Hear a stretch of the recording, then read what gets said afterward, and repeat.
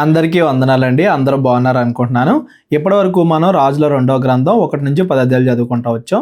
ఈ 10 అధ్యాయాల్లో కూడా అలాగే మొదటి రాజుల గ్రంథంలో కూడా ఇజ్రాయెల్ దేశం యరొబాము, రెహబాము వీళ్ళిద్దరి కాలంలో 2 రాజ్యాలుగా విడిపోయింది. ఇజ్రాయెల్ రాజ్యంగా, యోధా రాజ్యంగా అంటే 2 రాజ్యాలుగా విడిపోయింది. ఇజ్రాయెల్ దేశాన్ని ఏ రాజులు పరిపాలిస్తూ ఉన్నారు, వాళ్ళ కాలంలో ఏం జరిగింది, యోధా దేశాన్ని ఏ రాజులు పరిపాలిస్తున్నారు, వాళ్ళ కాలంలో ఏం జరిగింది, ప్రవక్తలతో వాళ్ళు మాట్లాడిన మాటలు, ఏలియా, ఎలీషా వీళ్ళందరి గురించి మనం చదువుకుంటూ వచ్చాం. నిన్నటి వరకు మనం ఇజ్రాయెల్ రాజు అయిన యెహూ గురించి, యెహూ ఎలా ఆహాబు కుటుంబానికి తీర్పు తీర్చాడు అనే దాని గురించి, యెహోరాముని, అహజ్యాని ఎలా చంపాడు అనే దాని గురించి మనం చదువుకుంటూ వచ్చాం. ఇజ్రాయెల్ రాజు అయిన యెహూ కాలం తర్వాత, యోధా రాజు అయిన అహజ్యా కాలం తర్వాత ఏం జరుగుతుంది అనే విషయాలు ఈ రోజు నుండి మనం రాజుల 2వ గ్రంథం 11వ అధ్యాయం నుండి చదువుకుంటూ వెళ్దాం. అహజ్యా తల్లి అయిన అతల్య తన కుమారుడు మృతి పొందెను అని తెలుసుకొని లేచి రాజకుమారులందరినీ నాశనము చేసెను. ఈ అతల్య గురించి మనం చదువుకున్నాం కదా. అతల్య ఎవరో? యెహోరాము యొక్క భార్య, ఆహాబు యొక్క కుమార్తె. యోధా రాజులు ఆహాబు కుటుంబంతో సంబంధాలు పెట్టుకొని యోధా దేశంలోనికి కూడా చెడుతనాన్ని తీసుకొచ్చారు. ఆహాబు కుటుంబం లాగా యోధా దేశం కూడా చెడుతనంలోకి వెళ్ళిపోయింది యెహోరాము, అహజ్యా కాలంలో అని మనం చదువుకున్నాం. తన కుమారుడైన అహజ్యా చనిపోయాడు. యెహూ తన కుమారుడైన అహజ్యాని చంపాడు. అలాగే తన కుటుంబం మొత్తం, ఆహాబు కుటుంబం మొత్తాన్ని చంపేశాడు అని అతల్య తెలుసుకొని దావీదు యొక్క వంశం మొత్తాన్ని నాశనం చేయాలని ప్రయత్నిస్తుంది. ఎందుకు దావీదు వంశాన్ని నాశనం చేయాలనుకుంటుంది? ఒకటి, యెహూ ఏం చేశాడు? పైన అధ్యాయంలో మనం చదువుకున్నాం కదా, దేవుడి పేరు చెప్పి, ఇజ్రాయేలు దేవుడి పేరు చెప్పి ఆహాబు యొక్క కుటుంబం మొత్తాన్ని నాశనం చేశాడు. అదే ఇజ్రాయేల్ దేవుడు దావీదు యొక్క సింహాసనాన్ని ఎప్పటికీ ఉంచుతాను, దావీదు వంశం నుండి యేసుక్రీస్తు వారు వస్తారు అని చెప్పాడు కదా. ఆ దావీదు వంశాన్ని నాశనం చేయాలి అన్నట్టుగా యెహోవా పైనే తిరుగుబాటు చేస్తుంది. దేవుడు ఇజ్రాయేల్ దేశాన్ని ఆహాబు కుటుంబం నుండి తీశాడు కాబట్టి యోధా దేశాన్ని ఆహాబు కుటుంబమే పరిపాలించాలి అన్నట్టుగా యోధా దేశం మొత్తాన్ని ఆక్రమించుకోవాలి అని ప్రయత్నిస్తుంది. తన కుమారుడు చనిపోయినప్పుడు యెహోరాము యొక్క మిగతా కుమారుల్లో, మిగతా సంతానంలో ఎవరో ఒకరు ఉంటారు కదా దావీదు వంశం నుండి, వాళ్ళని రాజుగా చేయకుండా తానే రాణిలాగా ఉంటూ, యోధా దేశానికి తానే రాణిలాగా ఉంటూ దావీదు యొక్క వంశంలో ఉన్న మిగతా వాళ్ళందరినీ కూడా చంపుతుంది, నాశనం చేస్తుంది అని దాని అర్థం. రాజైన యెహోరాము కుమార్తెయు అహజ్యాకు సహోదరి అయిన యెహోషబ అహజ్యా కుమారుడైన యోవాషును హతమైన రాజకుమారులతో కూడా చంపబడకుండా అతన్ని రహస్యముగా తప్పించెను గనుక వారు అతనిని, అతని దాదీని పడక గదిలో అతల్యాకు మరుగుగా ఉంచుట చేత అతడు చంపబడక ఉండెను. అతల్య ఎవరెవరైతే రాజకుమారులు ఉంటారో వాళ్ళందరినీ కూడా చంపాలని ప్రయత్నం చేసింది, కానీ దేవుడు మాత్రం యోవాషు అనే ఒకే ఒక వ్యక్తి చనిపోకుండా దేవుడు కాపాడాడు. ఎందుకు పూర్తిగా అందరినీ చంపకుండా దేవుడు ఒకళ్ళనైనా కాపాడాడు అంటే దావీదుకి ఇచ్చిన వాగ్దానాన్ని దేవుడు గుర్తు చేసుకుంటున్నాడు అని దాని అర్థం. దావీదు వంశంలో ఎవరో ఒకళ్ళు రాజుగా ఎప్పుడు కూడా ఉంటారు అని దేవుడు వాగ్దానం చేశాడు కదా. అందుకే అహజ్యా కుమారుడైన యోవాషుని దేవుడు అతల్యాకి తెలియకుండా బ్రతికిస్తున్నాడు. యెహోరాముకి చాలా మంది భార్యలు ఉన్నారు. అందులో అతల్యాకి పుట్టినవాడు అహజ్యా. అహజ్యా చనిపోయాడు. మిగతా రాజకుమారులందరినీ కూడా అతల్యా చంపించింది. అయితే యెహోరాముకి ఇంకో భార్య యొక్క సంతానమైన యోవాషు అనే కుమారుడు ఉన్నాడు. అప్పటికి చాలా చిన్నవాడు. అప్పుడే పుట్టిన యోవాషుని, అంటే సంవత్సరం లోపు ఉంటుంది వయసు, అప్పుడే పుట్టిన యోవాషుని అతన్ని ఎవరైతే చూసుకుంటున్నారో అతని దాదీని, వీళ్ళిద్దరినీ కూడా దేవుడు కాపాడాడు. ఎవరి ద్వారా? యెహోషబ అనే వ్యక్తి ద్వారా. ఈ యెహోషబ ఎవరో? అహజ్యాకి సహోదరి.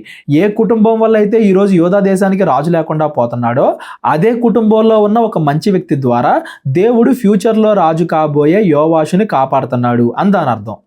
అతల్య దేశమును ఏలుచుండగా ఇతడు 6 సంవత్సరములు యెహోవా మందిరమందు దాదీతో కూడా దాచబడి ఉండెను. అతడు కొంచెం వయసు వచ్చేంత వరకు 6 సంవత్సరాలు ఎవరికి తెలియకుండా ఈ యెహోషబ అనే ఆవిడ, తర్వాత మనం యెహోయాదా అని చదువుకుంటాం. ఈ యెహోయాదా అనే ఆయన యాజకుడు, మనం ప్రధాన యాజకుడు అని కూడా మనం అనుకోవచ్చు. యెహోవా మందిరం అంతా కూడా ఇతని కంట్రోల్లోనే ఉంటది కదా. ఈ యెహోయాదా అనే వ్యక్తి, యెహోషబ అనే ఆవిడ, వీళ్ళిద్దరు కూడా భార్యాభర్తలు. వీళ్ళిద్దరి ద్వారా దేవుడు యోవాషుని రక్షిస్తున్నాడు. ఎవరైతే యోవాషు గురించి కేర్ తీసుకుంటున్నారో తల్లిలాగా అతని యొక్క దాదీని కూడా వీళ్ళిద్దరు కూడా రక్షిస్తున్నారు. అలాగా 6 సంవత్సరాలు అతల్య కంటపడకుండా అతన్ని దాచారు. 7వ సంవత్సరమందు యెహోయాదా కావలి కాయు వారి మీదను రాజదేహ సంరక్షకుల మీదను ఏర్పడి ఉన్న శతాధిపతులను పిలవనంపించి యెహోవా మందిరములోనికి వారిని తీసుకొని పోయి యెహోవా మందిరమందు వారి చేత ప్రమాణము చేయించి వారితో నిబంధన చేసి వారికి ఆ రాజకుమారుణ్ణి కనబరిచి, ఈ ఈలాగు ఆజ్ఞాపించెను. ఇదిగో రాజు యొక్క కుటుంబం మొత్తం కూడా అంతమైపోయిందని మనం అనుకుంటున్నాం కదా, కాదు, ఒక వారసుడు మిగిలి ఉన్నాడు, దేవుడు అతన్ని రక్షించి ఉంచాడు, అతడే కదా రాజు అవ్వాలి న్యాయం ప్రకారంగా, అతన్ని మనందరం కూడా రాజుగా చేద్దాం, ఆహాబు యొక్క కుటుంబాన్ని తొలగించి దావీదు యొక్క కుమారుణ్ణే వారసుడిగా మనం చేద్దాం అని చెప్పి యెహోయాదా మిగతా వాళ్ళందరినీ కూడా సైన్యం మొత్తాన్ని కూడా సమకూర్చాడు. మీరు చేయవలసినది ఏమనగా, విశ్రాంతి దినమున లోపల ప్రవేశించు మీరు 3 భాగములై, ఒక భాగము రాజమందిరమునకు కావలి కాయువారై ఉండవలెను, ఒక భాగము సూరు గుమ్మము దగ్గర కాపు చేయవలెను, ఒక భాగము కాపు కాయువారి వెనుకటి గుమ్మమునద్ద ఉండవలెను. ఈ ప్రకారము మందిరమును భద్రపరచుటకై మీరు దాన్ని కాచుకొని ఉండవలెను. అంటే యోవాషుని రాజుగా చేయడానికి ప్రయత్నం చేస్తున్నారు. ఆ రాజు యొక్క పట్టాభిషేకం అప్పుడు ఎవరు కూడా రాకుండా చుట్టుపక్కల మొత్తం కూడా సైన్యాన్ని కావలిగా ఉంచుతున్నాడు. మరియు విశ్రాంతి దినమున బయలుదేరు మీ అందరిలో 2 భాగములు రాజు దగ్గర యెహోవా మందిరమునకు కాపు కాయువారై ఉండవలెను. మొత్తం అంతా కూడా ప్రణాళిక సిద్ధం చేశాడు. మీలో ప్రతి మనిషి తన తన ఆయుధములను చేత పట్టుకొని రాజు చుట్టూ కాచుకొని ఉండవలెను. ఎవడైనను పంక్తులలో ప్రవేశించిన ఎడల వానిని చంపవలెను. రాజు బయలుదేరి సంచరించినప్పుడల్లా మీరు అతని యొద్ద ఉండవలెను. చాలా చిన్నవాడు కదా, ప్రస్తుతానికి 7 సంవత్సరాలే కదా, అతన్ని మనం రాజుగా చేస్తున్నాం కాబట్టి అతన్ని మీరు అందరూ కూడా కాపాడాలి. ఈ పట్టాభిషేకం సరిగ్గా జరగాలి, తర్వాత అతను రాజుగా ఉండేటప్పుడు కూడా ఎవరు అతన్ని చంపకుండా మీరు కాపాడాలి అని చెప్పి సైన్యం మొత్తాన్ని కూడా సిద్ధపరుస్తున్నాడు. శతాధిపతులు యాజకుడైన యెహోయాదా తమకిచ్చిన ఆజ్ఞలన్నింటి ప్రకారము చేసి ప్రతి మనిషి తన మనుషులను తీసుకొని విశ్రాంతి దినమున లోపల ప్రవేశించవలసిన వారితోనూ విశ్రాంతి దినమున బయలుదేరవలసిన వారితోనూ కలిసి యాజకుడైన యెహోయాదా వద్దకు వచ్చెను. యాజకుడు మందిరములో ఉన్న దావీదు ఈటెలను డాళ్లను శతాధిపతులకు అప్పగింపగా కాపుకాయు వారిలో ప్రతి మనిషి తన తన ఆయుధములను చేతపట్టుకొని బలిపీఠము చెంతను మందిరము కుడికొన మొదలుకొని ఎడమ కొన వరకు రాజు చుట్టూ నిలిచిరి. అంటే పట్టాభిషేకం ఎవరు ఆపకుండా పూర్తిగా చుట్టూ కూడా కాపలాగా ఉన్నారు. యాజకుల ద్వారా, యెహోవా మందిరాన్ని కాపాడాల్సిన యాజకుల ద్వారా దేవుడు ఇప్పుడు రాజు యొక్క సింహాసనాన్ని కూడా కాపాడుతున్నాడు. దావీదు యొక్క వంశానికే మరలా సింహాసనం చేరేలాగా చేస్తున్నాడు. ఆహాబు కుటుంబంలో మిగిలిపోయిన ఒకే ఒక్క ఆవిడ అతల్యాకు కూడా తీర్పు జరుగుతుంది అనేది కూడా మనం ఇక్కడ గమనించాలి. అప్పుడు యాజకుడు రాజకుమారుణ్ణి బయటకు తోడుకొని పోయి అతని తల మీద కిరీటం పెట్టి ధర్మశాస్త్ర గ్రంథమును అతని చేతికిచ్చిన తరువాత వారు అతన్ని పట్టాభిషిక్తులుగా చేసి చప్పట్లు కొట్టి రాజు చిరంజీవి అగునుగాక అని చాటించిరి. అంటే పట్టాభిషేకం జరిగిపోయింది. తల మీద కిరీటం పెట్టి చేతిలో ధర్మశాస్త్ర గ్రంథమును పెట్టి, అంటే ఒక పక్కన రాజులాగా ఉంటాడు, తనకిష్టం వచ్చినట్టుగా కాకుండా ధర్మశాస్త్ర ప్రకారంగా ఇతడు ప్రజల్ని ఏలాలి అని చెప్పి దేవుడికి కూడా ప్రయారిటీ ఇస్తున్నారు అని దీని అర్థం. అంటే ధర్మశాస్త్ర ప్రకారంగా అతను రాజుగా చేస్తున్నారు అని దాని అర్థం. అతల్య కావలి కాయువారును జనులను కేకలు వేయగా విని యెహోవా మందిరమందున్న జనుల దగ్గరకు వచ్చి రాజు ఎప్పటి మర్యాద చొప్పున ఒక స్తంభము దగ్గర నిలుచుటయు అధిపతులను బాకా ఊదువారును రాజునొద్ద నిలవబడుటయు దేశపు వారందరూ సంతోషించుచు శృంగధ్వనులు చేయుటయు చూచి తన వస్త్రములను చించుకొని ద్రోహము అని కేకలు వేయగా, ద్రోహం అని కేకలేస్తుందంటే ఇప్పుడు జరిగేదంతా కూడా ఇప్పుడు రియలైజ్ అయింది అని దాని అర్థం. మరి అంత ముందు ఆవిడ దావీదు యొక్క వంశం మొత్తాన్ని నాశనం చేసింది కదా, అప్పుడేమో ద్రోహం అనిపిలా, ఇప్పుడు ఆమెకు తెలియకుండా దాచి దావీదు యొక్క వారసుడిని రాజుగా చేశారు కాబట్టి తన దగ్గర నుండి రాజ్యం పోతుంది కాబట్టి ద్రోహము అని కేకలు వేయగా యాజకుడైన యెహోయాదా సైన్యములోని శతాధిపతులకు యెహోవా మందిరమందు ఆమెను చంపకూడదు, పంక్తుల బయటికి ఆమెను వెళ్ళగొట్టుడి, ఆమె పక్షపు వారిని ఖడ్గము చేత చంపుడి అని ఆజ్ఞ ఇచ్చాను గనక చంపండి, కాకపోతే దేవాలయంలో చంపొద్దు, దేవాలయంలో ఇలాంటివి జరగకూడదని చెప్పి బయటికి తీసుకెళ్ళిపోయి చంపేమని చెప్తున్నాడు. రాజమందిరములోనికి గుర్రములు వచ్చు మార్గమున ఆమెకు దారి ఇచ్చిరి, ఆమె వెళ్ళిపోగా ఆమెను అక్కడ పట్టుకొని చంపిరి. అంటే దేవాలయానికి బయట ఆమె పారిపోతూ ఉన్నప్పుడు అప్పుడు ఆవిడని ఎవరైతే సపోర్ట్ చేస్తున్నారో వాళ్ళందరినీ కూడా చంపారు అని దాని అర్థం. ఆ విధంగా చిన్న వయసులోనే యోవాషు 7 సంవత్సరాలకే ఇజ్రాయేలీలకి రాజు అయ్యాడు అని దాని అర్థం. అప్పుడు యెహోయాదా జనులు యెహోవా వారని ఆయన పేరిట రాజుతోను జనులతోను నిబంధన చేయించెను. మరియు అతడు రాజు పేరిట జనులతో నిబంధన చేయించెను. యాజకుడు కదా యెహోయాదా, ప్రతిదీ కూడా ధర్మశాస్త్ర ప్రకారంగానే జరిగేలాగా జనాలు వాళ్ళ ఇష్టం వచ్చినట్లు కాకుండా దేవుడి యొక్క ఆజ్ఞలను గైకొనాలి అని ప్రతి చోట గుర్తు చేస్తున్నాడు అని దాని అర్థం.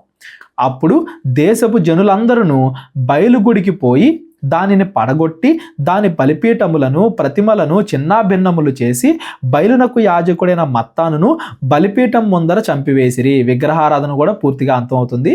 ఎప్పుడైతే ఒక రాజు ధర్మశాస్త్రాన్ని పాటించే ఒక యాజకుడు కలుస్తారో దేశములో విగ్రహారాధన లేకుండా ఉంటది అనే దానికి కూడా ఇది ఒక ఉదాహరణ. మరియు యాజకుడైన యెహోయాదా యెహోవా మందిరమును కాచుకొనుటకు మనుషులను నియమించెను.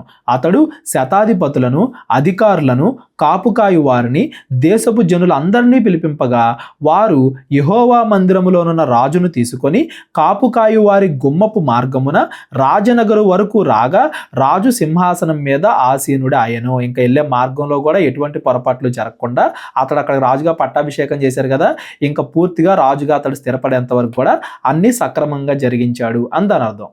మరియు వారు రాజనగరు దగ్గర అతల్యాను ఖడ్గము చేత చంపిన తరువాత దేశపు జనులందరూ సంతోషించి పట్టణము నిమ్మలముగా ఉండెను. యోవాషు ఏలన ఆరంభించినప్పుడు అతడు 7 ఏండ్ల వాడు, 7 సంవత్సరాలప్పుడు రాజయ్యాడు. ఒకవేళ అతల్య మంచిగానే పరిపాలించుంటే ఆమె చనిపోయినప్పుడు జనాలు సంతోషించేవాళ్ళు కాదు, జనాలు బాధపడేవాళ్ళు. అయ్యో మమ్మల్ని మంచిగా పరిపాలించే ఒక ఆవిడ చనిపోయింది అని చెప్పి జనాలందరూ కూడా సంతోషిస్తున్నారంటే ఆవిడ అంత ముందు రాజ్య పరిపాలన కూడా సరిగ్గా చేయలేదు అని దాని అర్థం. అందుకే ఇప్పుడు జనాలందరూ కూడా సంతోషిస్తున్నారు. యెహోయాదా యోవాషు వీళ్ళందరూ కూడా మంచిగా పరిపాలిస్తున్నారు. అలాగే యోధా దేశం కూడా మంచిగా ఉంది వీళ్ళ పరిపాలనలో అని దీని అర్థం. ఇజ్రాయెల్ దేశంలో రాజులు పద్దాక మారుతా ఉన్నారు, పరిపాలన కూడా సరిగ్గా జరగట్లేదు అని మనం స్టార్టింగ్ నుండి చదువుకుంటూనే వస్తున్నాం. యోధా దేశంలో ఒక్కోసారి రాజులు తప్పుగా ప్రవర్తించినా కానీ ప్రజలు మాత్రం బాగానే ఉన్నారు. యోధా దేశం అనేది అభివృద్ధి చెందుతూనే ఉంది. యెహోరాము కాలంకి వచ్చేసరికి యోధా దేశంలో ప్రజల్లో కూడా చెడుతనం జరుగుతూ ఉంది. అది ఇప్పుడు యోవాషు కాలంలో మరలా అంతరిస్తుంది. యోవాషు కాలంలో రాజ్యం మరలా స్థిరపడుతుంది అని దాని అర్థం. ఇజ్రాయెల్ దేశాన్నేమో యెహూ పరిపాలిస్తున్నాడు, యోధా దేశాన్నేమో యోవాషు పరిపాలిస్తున్నాడు. ప్రస్తుతానికి ఇజ్రాయెల్ ప్రజలు బాగానే ఉన్నారు అని దాని అర్థం. ఈ 11వ అధ్యాయంలో ఎవరికైనా డౌట్లు ఉంటే డిస్క్రిప్షన్లో నా నెంబర్ ఉంటుంది, కాల్ కానీ వాట్సాప్ కానీ చేయండి. 12వ అధ్యాయం చదువుకుంటూ వెళ్దాం. యెహూ ఏలుబడిలో 7వ సంవత్సరం మందు యోవాషు ఏలన ఆరంభించి యెరూషలేములో 40 సంవత్సరములు ఏలెను. అతని తల్లి బేర్షెబా సంబంధురాలైన జిబ్యా. మొత్తానికి ఇజ్రాయేలుని యెహూ ఏలుతున్నప్పుడు యోధా దేశానికి యోవాషు రాజయ్యాడు, 40 సంవత్సరాలు పరిపాలించాడు. యాజకుడైన యెహోయాదా తనకు బుద్ధి నేర్పు వాడే 2 దినములన్నింటిలో యోవాషు యెహోవా దృష్టికి అనుకూలంగానే ప్రవర్తించెను. యెహోవా దృష్టికి అనుకూలంగానే ఉన్నాడు. కాకపోతే ఇక్కడ ఒక కండిషన్ ఉంది. ఏంటది?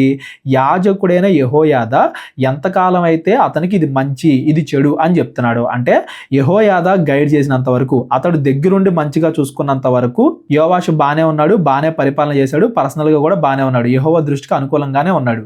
ఎప్పుడైతే యెహోయాదా చనిపోయాడో ఇది మంచి ఇది చెడు అని గైడ్ చేసేవాళ్ళు లేకపోయారో అప్పుడు యోవాషు కూడా పాపంలో పడిపోయాడు అని దాని అర్థం. అందుకే ఎక్సెల్లో కూడా టిక్ మార్క్ పెట్టి చివరిలో ఇంటూ ఎందుకు పెట్టానంటే ఎంతకాలం అయితే యెహోయాదా తనని మంచిగా నడిపిస్తూ ఉన్నాడో అంతకాలం యోవాషు బాగానే ఉన్నాడు, ఆ తర్వాత అతడు కూడా కొద్దిగా పాపంలో పడిపోయాడు అని దాని అర్థం. అయితే ఉన్నత స్థలములు కొట్టివేయబడక నిలిచెను. జనులు ఇంకను ఉన్నత స్థలములందు బలులు అర్పించుచు ధూపము వేయుచు ఉండిరి. ఇజ్రాయెల్ దేశంలోనేమో ఆ బంగారు దూడ విగ్రహాలు, యోధా దేశంలోనేమో ఈ ఉన్నత స్థలాల్లో ఆరాధన. అందులో అన్య దేవతలను ఆరాధించే వాళ్ళు ఉంటారు, యెహోవాని అబద్ధంగా ఆరాధించే వాళ్ళు కూడా ఉంటారు. మొత్తానికి అందరూ కూడా యెరూషలేము దగ్గరే ఆరాధించాలి అనే ఒక క్రమమైన పద్ధతి మాత్రం పూర్తిగా తీసుకురాలేకపోయారు. అయితే చాలా వరకు విగ్రహారాధన ఏవైతే బయలు విగ్రహాలు ఉంటాయో అతల్య కాలంలో అవన్నీ కూడా నాశనం చేశారు. చాలా వరకు విగ్రహారాధన తొలగించారు. పూర్తిగా తొలగించలేకపోయినప్పటికీ తొలగించారు అని దాని అర్థం. యోవాషు యాజకులను పిలిపించి యెహోవా మందిరములోనికి తేబడు ప్రతిష్ఠిత వస్తువుల విలువను అనగా జనసంఖ్య దాఖలా చేయబడిన జనులు తెచ్చిన ద్రవ్యమును వంతుల చొప్పున ప్రతి మనిషికి నిర్ణయమైన ద్రవ్యమును స్వేచ్ఛ చేత ఎవరైనాను యెహోవా మందిరములోనికి తెచ్చిన ద్రవ్యమును యాజకుల్లో ఒక్కొక్కడు తనకు నెలవైన వారి యొద్ద తీసుకొని మందిరము ఎచ్చటెచ్చట శిథిలమైనదో అచ్చట నెల్ల దానిని బాగు చేయింపవలెనని ఆజ్ఞ ఇచ్చెను. స్టార్టింగ్లో అన్ని మంచి నిర్ణయాలు తీసుకుంటాడు యోవాషు, ఎందుకంటే యెహోయాదా గైడ్ చేస్తూ ఉన్నాడు కాబట్టి. అంత ముందు నుండి కూడా యెహోరాము కాలంలో అహజ్యా అతల్య వీళ్ళ కాలంలో పరిపాలన అనేది సరిగ్గా జరగలేదు కదా. ఆ టైంలో యెరూషలేము దేవాలయం కూడా చాలా వరకు పాడైంది. ఎక్కడెక్కడైతే అది పాడైందో ఎక్కడెక్కడైతే అది శిథిలమైందో వాటన్నిటిని కూడా మరలా తిరిగి బాగు చేయండి అని చెప్పి తమ దగ్గర ఉన్న ద్రవ్యం అంతా ఆ డబ్బంతా తీసుకెళ్లి దాన్ని బాగు చేయడానికి పెట్టండి అని చెప్పాడు. అయితే యోవాషు ఏలుబడిలో 23వ సంవత్సరం వరకు యాజకులు మందిరం యొక్క శిథిలమైన స్థలములను బాగు చేయకయే ఉండిరి. యోవాషు ఆజ్ఞాపించినప్పటికీ దాన్ని ఇంకా బాగు చేయడం అనేది పూర్తవల. చాలా సంవత్సరాలు గడిచిపోతుంది, అయినా కానీ ఎందుకు బాగు చేయట్లేదు అని చెప్పి యోవాషు వాళ్ళని పిలిచి అడుగుతున్నాడు. యోవాషు యాజకుడైన యెహోయాదాను మిగిలిన యాజకులను పిలిపించి, మందిరములో శిథిలమైన స్థలములను మీరెందుకు బాగు చేయకపోతిరి? ఇకను మీ నెలవైన వారి యొద్ద ద్రవ్యము తీసుకొనక మందిరములో శిథిలమైన స్థలములను బాగు చేయుటకై మీరు అంతకుముందు తీసుకున్న దాన్ని అప్పగించుడి అని ఆజ్ఞ ఇచ్చి ఉండెను. మన ప్రభుత్వంలో లాగే ఎంత ఫండ్స్ రిలీజ్ అయినా కానీ మధ్యలోనే అధికారులు వాటిని తినేస్తున్నారు అని దాని అర్థం. ఆ డబ్బు మొత్తాన్ని వీళ్ళు తినేస్తున్నారు కానీ దేవుడి మందిరాన్ని బాగు చేయట్లా.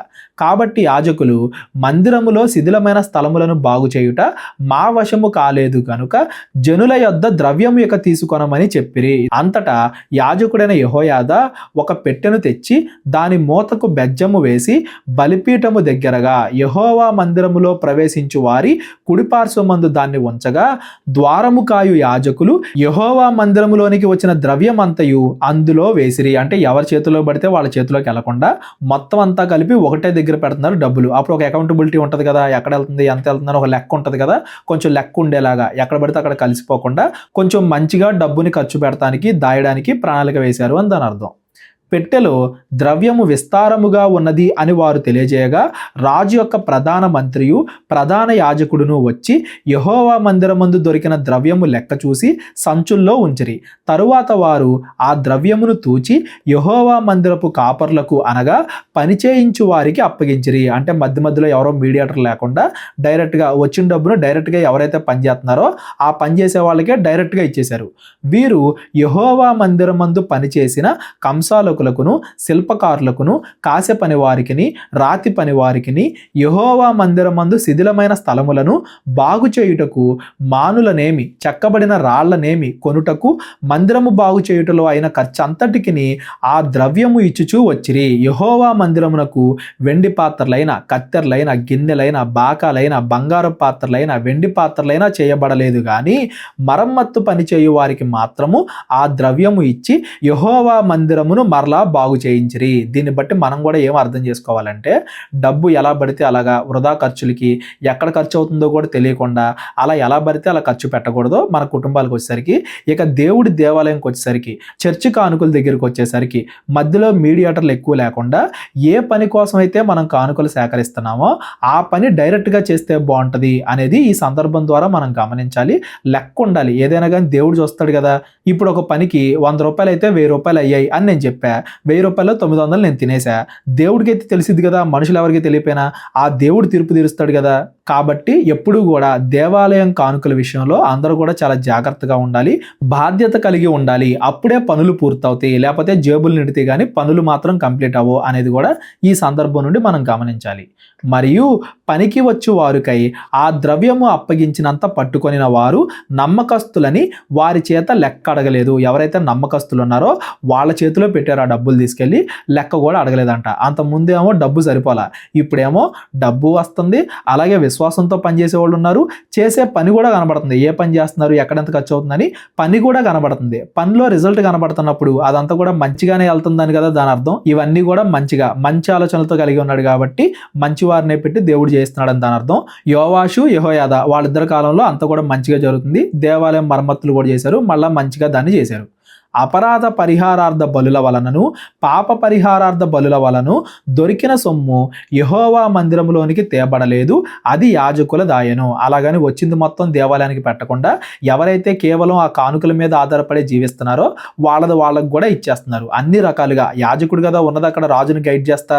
యోవాషు తన నిర్ణయాలు తాను తీసుకోవట్లేదు కదా, ఆ యెహోయాదా కూడా ఉన్నాడు కదా పక్కన. కాబట్టి ఎవరికీ నష్టం జరగకుండా అన్ని రకాలుగా మంచి ప్రణాళిక వేసుకొని పనిచేశారని దాని అర్థం. ఎప్పుడైనా ఏదన్నా పని అవ్వకపోతే అందరూ కలిసి కూర్చుని మరలా ఏం చేస్తే బాగుంటుంది అని ఒక ప్రణాళిక వేసుకుని మరలా దాన్ని మంచిగా దేవుడి చిత్తానుసారంగా జరిగిస్తే ఖచ్చితంగా ఏ పనైనా చేయడం సాధ్యమే, అది జరుగుతుంది అనేదానికి ఈ యోవాషు సందర్భం అనేది ఒక మంచి ఉదాహరణ. అంతటా సిరియా రాజైన హజాయేలు గాతు పట్టణం మీదకి పోయి యుద్ధము చేసి దాన్ని పట్టుకొనిన తరువాత అతడు యెరూషలేము మీదకి రాదలిచి ఉండగా, ఈ హజాయేలు అనే అతడు సిరియాకి రాజాడని మనం చదువుకున్నాం కదా బెన్హదద్ తర్వాత. ఇప్పుడు ఈ హజాయేలు కేవలం ఇజ్రాయెల్ దేశం మీదకి మాత్రమే కాదు, యూదా దేశం మీదకి కూడా యుద్ధానికి వస్తున్నాడు. యూదా రాజైన యోవాషు తన పితరులైన యెహోషాపాతు, యెహోరాము, అహజ్యా అను యూదా రాజులు ప్రతిష్ఠించిన వస్తువులన్నింటినీ, తాను ప్రతిష్ఠించిన వస్తువులను, యెహోవా మందిరములోను రాజనగర్లోనున్న పదార్థముల్లోను కనబడిన బంగారం అంతయు తీసుకొని సిరియా రాజైన హజాయేలునకు పంపగా అతడు యెరూషలేము యొద్ద నుండి తిరిగిపోయాను. ఇక్కడ ఒక సమస్య వచ్చింది. ఏంటది? హజాయేలు యుద్ధం చేయడానికి వచ్చాడు. అప్పుడు యోవాషు ఏం చేశాడు? ఏదైతే దేవాలయానికి సంబంధించిన ఆస్తి ఉంటుందో, ఆ డబ్బు ఉంటుందో అదంతా కూడా మొత్తం గ్యాదర్ చేసి దేవాలయానికి సంబంధించిన ఆ బంగారం అంతా కూడా హజాయేలుకి ఇప్పించి ఆ యుద్ధం నుండి తప్పించుకున్నాడు. అంటే ఇక్కడ నుండి యోవాషు కొద్దిగా దేవుడిపైన ఆధారపడడం మానేస్తున్నాడు. దేవుడిపైన ఆధారపడకుండా, ప్రవక్తలను అడగకుండా తన సొంత నిర్ణయాలు తాను తీసుకుంటున్నాడు అని దాని అర్థం. పైన కూడా మనం చదువుకున్నాం కదా, యెహోయాదా మంచిగా గైడ్ చేసినంత వరకు యోవాషు బానే ఉన్నాడు, ఆ తర్వాత యోవాషు కొద్దిగా తప్పు చేస్తున్నాడు అని చెప్పి వాటిల్లో మొదటి సూచన ఇక్కడ మనకు కనబడుతుంది. హజాయేలు యుద్ధానికి రాగానే డబ్బులు ఇచ్చి ఆ యుద్ధం నుండి తప్పించుకుంటున్నాడు దేవుడి మీద ఆధారపడకుండా. యోవాషు చేసిన ఇతర కార్యములను గూర్చి, అతడు చేసిన దానంతటిని గూర్చి యూదా రాజుల వృత్తాంతముల గ్రంథమందు రాయబడి ఉన్నది. ఏంటి, ఒక తప్పుకే యోవాషుని చెడ్డవాడిగా పెట్టారా ఎక్సెల్లో అంటే అలాని కాదండి. యోవాషు ఇంకా ఏమేం చెడ్డ కార్యాలు చేశాడో, ప్రవక్త చనిపోవడానికి కూడా ఎలా కారణమయ్యాడో, విశ్వాసంలో ఇంకా ఎక్కడెక్కడ బలహీనపడ్డాడో మనం 2వ దినవృత్తాంతాల గ్రంథంలో అక్కడికి వెళ్ళిన తర్వాత చదువుకుందాం. ప్రస్తుతానికి యోవాషు గురించి మొదటి రాజుల గ్రంథంలో ఇంతే మనకి చెప్పబడింది. ఇంకా పూర్తిగా యోవాషు గురించి 2వ రాజుల గ్రంథంకి వెళ్ళిన తర్వాత అక్కడ మనం చదువుకుందాం. ఇతడు స్టార్టింగ్లో బాగానే ఉన్నాడు, చివరిలో చెడ్డవాడిగా మారాడు, చివరిలో కొంచెం చెడ్డవాడిగా తయారయ్యాడు అనేది మనం గమనించాలి. అతని సేవకులు లేచి సిల్లా అను చోటికి పోవు మార్గమందున్న మిల్లో అను నగరయందు యోవాషును చంపిరి. యోవాషుకి 47-48 సంవత్సరాలు ఉన్నప్పుడు తన సేవకులే అతని మీద కుట్ర చేసి అతన్ని చంపేశారు అని దాని అర్థం. ఈ కుట్ర ఎందుకు జరిగింది, ఎలా చంపారు, ఎందుకు చంపారు, ఇవన్నీ కూడా 2వ దినవృత్తాంతాలు వెళ్ళినప్పుడు అక్కడ మనం చదువుకుందాం. చివరిలో అతడు కొంచెం చెడ్డవాడిగా తయారయ్యాడు, తన సేవకులే తన పైన తిరుగుబాటు చేశారు, మోస్ట్లీ మంచివాడిగానే ఉన్నాడు, చివరిలో మాత్రం మార్గం తప్పాడు అనేది యోవాషు గురించి మనం గుర్తుపెట్టుకోవాలి. ఎట్లనగా షిమాతు కుమారుడైన యజకారు, షోమేరు కుమారుడైన యెహోజాబాదు అను అతని సేవకులు అతని మీద పడగా అతడు మరణమాయెను. అక్కడ తన సేవకులే తన మీద కుట్ర చేసి చంపేశారు. జనులు దావీదు పురమందు అతని పితరుల సమాధిలో అతన్ని పాతిపెట్టిరి. అతని కుమారుడైన అమజ్య అతనికి మారుగా రాజాయెను. యోవాష్ చనిపోయాడు, యోవాష్ తర్వాత అమజ్య రాజయ్యాడు. ఈ అమజ్య గురించి మనం రేపొద్దున చదువుకుందాం. ఇప్పుడు దాకా యోధా రాజుల గురించి చదువుకున్నాం కదా, అతల్య రాణి, యోవాషు, అమజ్య అని. ఇప్పుడు ఇజ్రాయెల్ రాజులు, యెహూ తర్వాత ఏం జరుగుతుంది అని ఇజ్రాయెల్ రాజుల గురించి మనం చదువుకుందాం. ఈ 13వ అధ్యాయాన్ని కూడా ఈరోజు మనం చదువుకుని 14వ అధ్యాయం నుండి రేపొద్దున మనం చదువుకుంటూ వెళ్దాం. యూదా రాజైన అహజ్యా కుమారుడైన యోవాషు ఏలుబడిలో 23వ సంవత్సరమందు యెహూ కుమారుడైన యెహోయాహాజు షోమ్రోన్లో ఇజ్రాయేలును ఏలన ఆరంభించి 15 సంవత్సరములు ఏలెను. 15 అనేది ప్రింటింగ్ మిస్టేక్ అండి, 17 అని పెట్టుకోండి. 17 సంవత్సరాలు ఏలాడు. ఎక్సెల్లో చూడండి మీరు. యోవాషు, యోధా దేశానికి యోవాషు రాజుగా ఉన్నప్పుడు యెహూ కుమారుడైన యెహోయాహాజు ఇజ్రాయేలుకి రాజు అయ్యాడు. 17 సంవత్సరాలు అతడు రాజుగా ఉన్నాడు. అతడి కాలంలో ఏం జరిగింది? ఇతడు ఇజ్రాయేలు వారు పాపము చేయుటకు కారకుడగు నెబాతు కుమారుడైన యెరోబాము పాపములను విడవక అనుసరించుచు యెహోవా దృష్టికి చెడుతనము జరిగించెను. మరలా చెడ్డరాజు వచ్చాడు ఇజ్రాయేలీలకి. యెహూ దగ్గరన్నా మంచిరాజు ఒకడన్నా కనబడ్డాడు, కొంతవరకన్నా మంచిరాజు కనబడ్డాడు ఇజ్రాయేలీలకి అని మనం అనుకున్నాం. మరలా యెహూ యొక్క కుమారుడు చెడ్డవాడిగానే మనకి ఇక్కడ కనబడుతున్నాడు, చెడ్డగానే పరిపాలన చేస్తున్నాడు అని దాని అర్థం.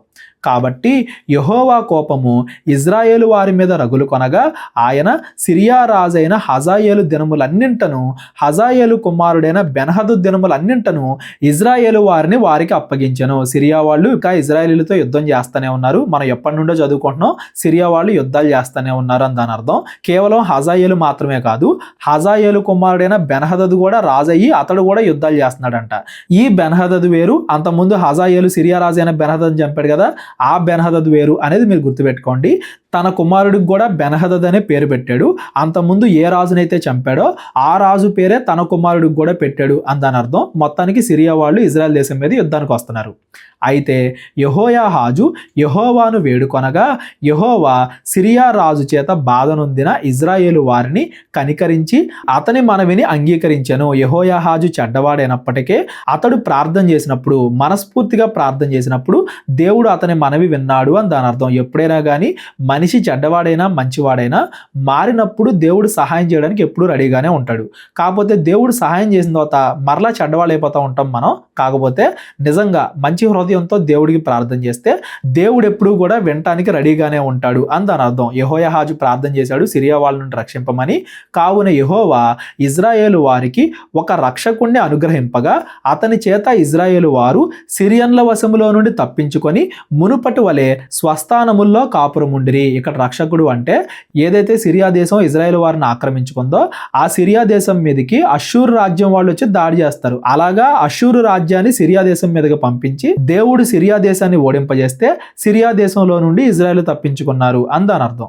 అయినను ఇజ్రాయేలు వారు పాపము చేయుటకు కారకుడగు యెరోబాము కుటుంబీకులు చేసిన పాపములను వారు విడువక వాటిని అనుసరించుచూ వచ్చిరి. దేవుడు వాళ్ళని రక్షించినా కానీ మరలా పాపం వైపు తిరిగిపోతున్నాడు యెహోయాహాజు ఇజ్రాయేలీలు అని దాని అర్థం. దేవుడు రక్షించినా కానీ మరలా పాపం వైపే తిరిగిపోయారు. ఈ అష్షూరు రాజు, ఈ బెన్హదదు, వీటన్నింటి గురించి కూడా మనకి చరిత్ర ఆధారాలు కూడా చాలా వరకు ఉన్నాయండి. ఆ బెన్హదదు రాజు ఇజ్రాయెల్ రాజులతో యుద్ధం చేశాడు, గెలిచాడు, ఓడిపోయాడు. ఈ అష్షూరు రాజు పలానా అదే సమయంలో సిరియా దేశం మీద దాడి చేశాడు. వీటన్నిటికి కూడా చరిత్ర ఆధారాలు ఉన్నాయి. ఎప్పుడైనా కానీ చరిత్ర ఆధారాలు బైబిల్ గురించి అని ఆదికాండం నుండి కూడా వేటికైతే చరిత్ర ఆధారాలు ఉన్నాయో వాటన్నింటి గురించి కూడా మన ఛానల్లోనే వీడియోస్ చేస్తాను నేను ఫ్యూచర్లో. వాటి గురించి కూడా వేచి చూస్తూ ఉండండి, నేను చేస్తాను వీడియోస్. మధ్యలోనే ఎవరికైనా డౌట్లు వస్తే డిస్క్రిప్షన్లో నా నెంబర్ ఉంటుంది, కాల్ కానీ వాట్సాప్ కానీ చేయండి. మరియు ఆ దేవతా స్తంభమును షోమ్రోన్లో నిలిచి ఉండెను. షోమ్రోన్లో విగ్రహారాధన జరుగుతుంది. ఆ ఏవైతే బంగారు దూడ విగ్రహాలు ఉంటాయో అవి. రౌతులలో 50 మందియు, రథముల్లో 10, కాల్బలములో 10,000 మందియు మాత్రమే యెహోయాహాజు దగ్గర ఉండిరి. అంటే ఇజ్రాయేల్ సంఖ్య తగ్గుతూ ఉంది అని మనం ముందు వీడియోలో పైన అధ్యాయాల నుంచి కూడా చదువుకుంటానే వస్తున్నాం కదా. ఇంకా సైన్యం అనేది బాగా తగ్గిపోయింది ఇజ్రాయేలీలది. కాల్బలము అంటే సైనికులు కేవలం 10,000 మంది మాత్రమే ఉండేంతలాగా చిన్న రాజ్యం అయిపోయింది ఇజ్రాయెల్ దేశం అని దాని అర్థం. మిగిలిన వారిని సిరియా రాజు దొల్ల కొట్టిన ధూళి వలె నాశనము చేసి ఉండెను. అంతకుముందు దాడి చేసినప్పుడు మిగిలిన వాళ్ళందరినీ కూడా చంపేశాడు సిరియా రాజు.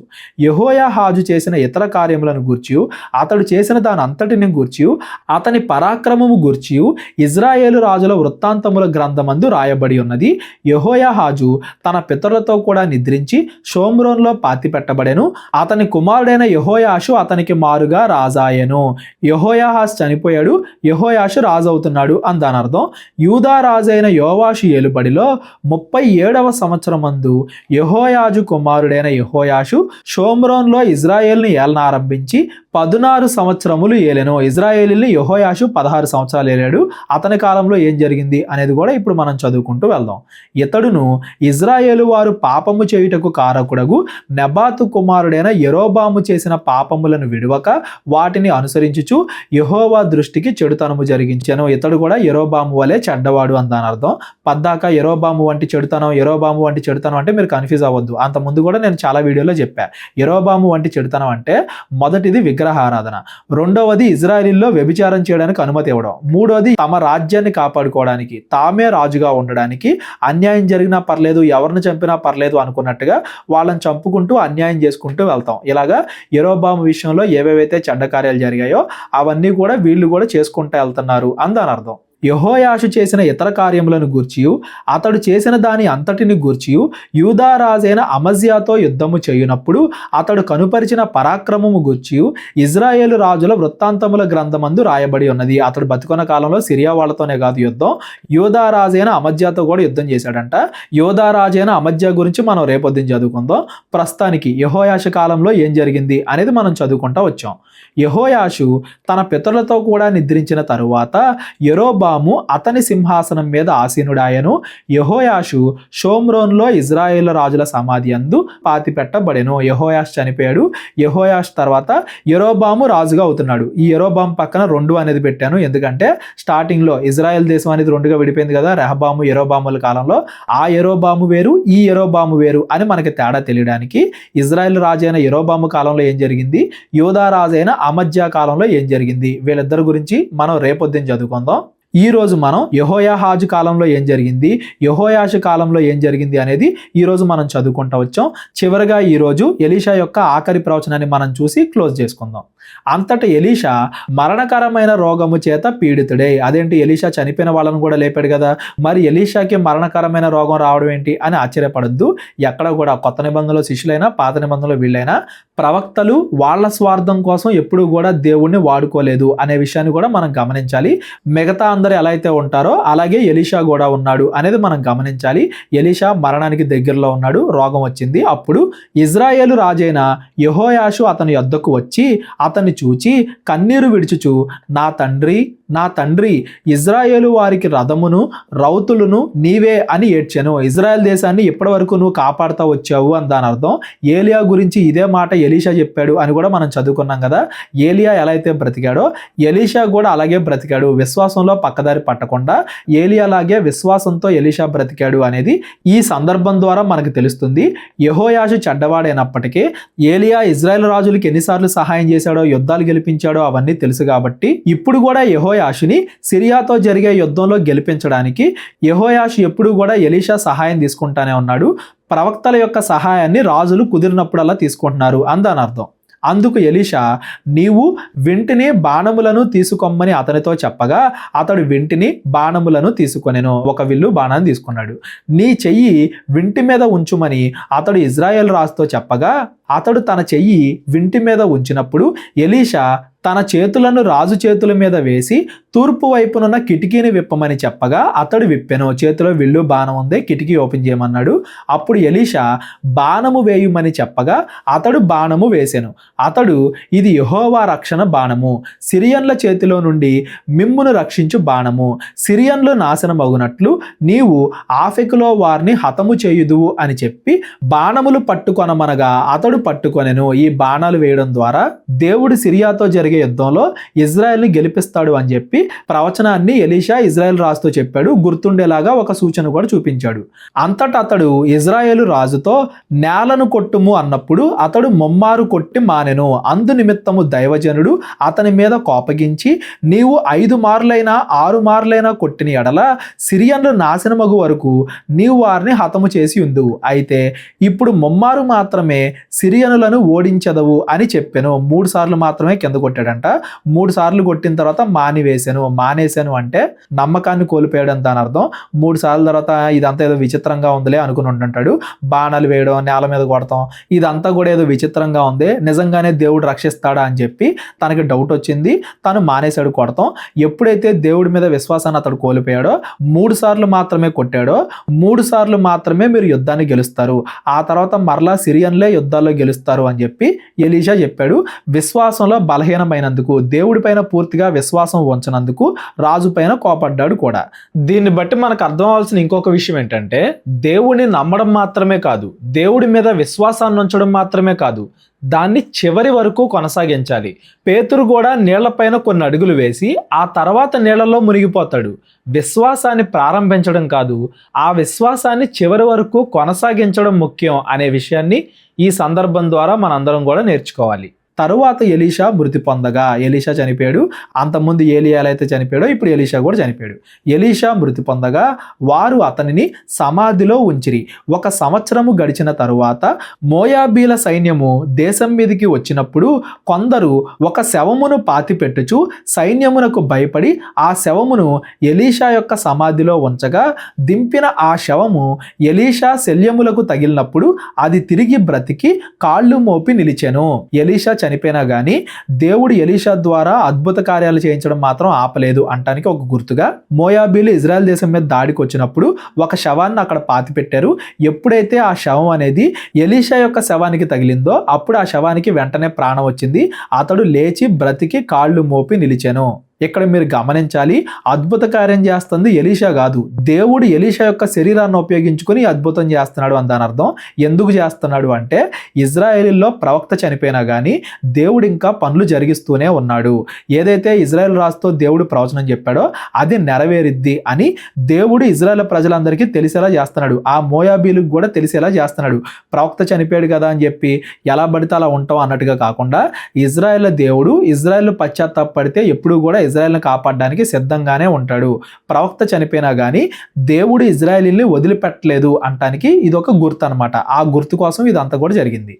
యెహోయాహాజు దినములన్నీయు సిరియా రాజైన హజాయేలు ఇజ్రాయేలు వారిని బాధ పెట్టెను. సిరియా రాజు మాత్రం యుద్ధానికి వస్తానే ఉన్నాడు.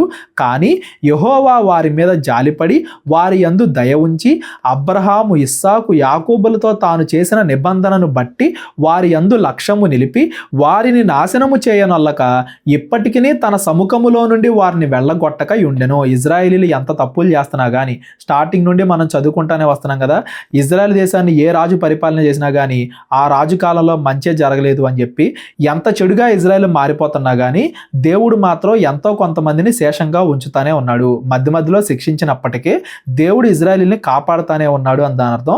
అంటే దాని ఉద్దేశం దేశంలో ఇంకా ఎవరైతే దేవుడిని ఆరాధించే వాళ్ళు ఉన్నారో వాళ్ళ నిమిత్తం అని దాని అర్థం. ప్రవక్త యొక్క శిష్యులు ఉన్నారు, ఇంకా ఎంతో కొంతమంది ఉంటారు కదా, ఎవరైతే దేవుడికి ప్రార్థన చేస్తున్నారో, ఎవరైతే అరాకొరైనా దేవుడి భక్తులు మిగులున్నారో వాళ్ళ నిమిత్తం, అలాగే అబ్రహాము ఇస్సాకు యాకోబులతో చేసిన వాగ్దానం నిమిత్తం దేవుడు ఇజ్రాయేలీల్ని కాపాడుతానే వస్తున్నాడు అని దాని అర్థం. సిరియా రాజైన హజాయేలు మరణము కాగా అతని కుమారుడైన బెన్హదదు అతనికి మారుగా రాజాయను. హజాయేలు చనిపోయాడు, బెన్హదదు రాజయ్యాడు. అయినా కానీ సిరియా వాళ్ళు ఇజ్రాయేల్తో యుద్ధం చేయడం మాత్రం మానట్లా. అంతటా యెహోయాహాజు కుమారుడైన యెహోయాషు హజాయేలు కుమారుడైన బెన్హదదు తన తండ్రి అయిన యెహోయాహాజు చేతుల్లో నుండి యుద్ధమందు పట్టుకొనిన పట్టణములను మరలా తీసుకొనెను. చెప్పాడు కదా ఎలీషా 3 సార్లు యుద్ధంలో గెలుస్తారు అని చెప్పి. ఆ 3 సార్లు యుద్ధంలో గెలిచేటప్పుడు ఏవైతే పట్టణాలు వాళ్ళు పట్టుకున్నారో ఇజ్రాయేలు రాజు ఆ పట్టణాలని మరలా తీసుకొస్తున్నాడు. యెహోయాషు అతనిని ముమ్మారు జయించి ఇజ్రాయేలు పట్టణములను మరలా వశపరుచుకును. ముమ్మారు 3 సార్లు యుద్ధంలో అంటే 3 యుద్ధాలు గెలిచాడు. ఆ తర్వాత మరలా ఏం జరిగింది, మరలా వస్తారు సిరియా వాళ్ళు యుద్ధానికి. ఆ తర్వాత ఏం జరిగింది, ఇప్పుడు దాకా మనం యెహోయాషు వరకే చదువుకున్నాం కదా, యెహోయాహాజు యెహోయాషు వీళ్ళ ముగ్గురు గురించి చదువుకున్నాం. అహజ్యా అతల్యా రాణి యోవాషు వీళ్ళ వరకు మనం చదువుకున్నాం. ప్రస్తుతానికి మనం యెహోయాషు యోవాషు వీళ్ళ వరకే మనం చదువుకున్నాం. వీళ్ళ తర్వాత కాలంలో ఏం జరుగుతుంది అనేది రాజుల 2వ గ్రంథం 14వ అధ్యాయం నుండి మనం చదువుకుంటూ వెళ్దాం. మీరు గమనించండి, చదువుకునే ప్రతిసారి కూడా ఆ రాజు చెడ్డగా ఉన్నాడు, ఈ రాజు చెడ్డగా ఉన్నాడు, యుద్ధాలు జరిగాయి, ఇవన్నీ చూడడానికే చదువుకోవడానికే మనందరికీ కూడా కొంచెం చిరాగ్గా, చదివిందే చదివినట్టుగా, ఇంట్రెస్ట్ లేకుండా, బోర్ కొడుతూ అలా అనిపిస్తుంది. మరి చెడ్డ కార్యాలు ప్రజలు చేస్తూ ఉన్నప్పుడు, రాజులు చేస్తూ ఉన్నప్పుడు చూస్తున్నప్పుడు దేవుడికి ఇంకెంత బాధ అనిపిస్తుంది. మన కుటుంబంలో ఎవరైనా ఒకరు తప్పు చేస్తున్నప్పుడు, మన కుమారులో కుమార్తెలో పాపంలో పడిపోతున్నప్పుడు ఎంతకాలం మనం వాళ్ళని చూస్తూ ఉంటే అంతగా మన బాధ పెరిగిద్దే కానీ తగ్గదు. ఇదంతా కూడా మనం ఏదో బయట వ్యక్తిలాగా చూస్తూ చదువుకుంటూ కొన్నిసార్లు చదివిందే చదువుతున్నాం అన్నట్టు అనిపించినా కానీ చదువుకుంటూ వెళ్తున్నాం. కానీ ఒకసారి దేవుడి కోణం నుండి ఆలోచించండి. తన కుమారులు తన ప్రజలు అంతకుముందు మంచిగా ఉంటారు అని దేవుడు అన్యుల నుండి సెపరేట్ చేసుకున్నా కానీ వీళ్ళు కూడా అన్యుల్లాగే తయారవుతుంటే, వీళ్ళు కూడా పాపంలో పడిపోతుంటే, ఆ పాపాన్ని అన్ని సంవత్సరాలు దేవుడు చూస్తూ ఉంటే, అయినా కానీ దీర్ఘశాంతంతో ఆయన ఇంకా సహిస్తూ ఉంటే, దాన్ని అలుసుగా తీసుకొని ఇంకా ఇజ్రాయేల్ రాజులు యోధా ప్రజలు తప్పులు చేస్తూ ఉంటే చూస్తున్న దేవుడు ఇంకెంత బాధపడతా ఉంటాడు అనేది కూడా మనం గమనించాలి. దేవుడి యొక్క హృదయాన్ని కూడా అర్థం చేసుకోవడానికి ప్రయత్నించాలి. ఈ కాలంలో కూడా ఎవరు ఏ మనిషి తప్పు చేసినా కానీ దేవుడు బాధపడతా ఉంటాడు. అలాంటి వాళ్ళు తప్పులు చేయకుండా ఆ కాలంలో ఎలా అయితే ప్రవక్తలు గద్దించారో ఈ కాలంలో కూడా ప్రతి ఒక్క క్రైస్తవుడు సమాజంలో నోరు తెరిచి దేవుడి గురించి చెప్పాలి, దేవుడి గురించి అందరినీ కూడా హెచ్చరించాలి, దేవుడి యొక్క మాటలు విస్తరింపజేయాలి. అప్పుడు మాత్రమే సమాజంలో అట్లీస్ట్ అందరూ బాగుపడపోయినా బాగుపడే వాళ్ళు అన్నా కానీ నిజంగా మారు మనసు పొంది బాగుపడతారు. దేవుడు వాళ్ళను బట్టైనా సంతోషిస్తాడు.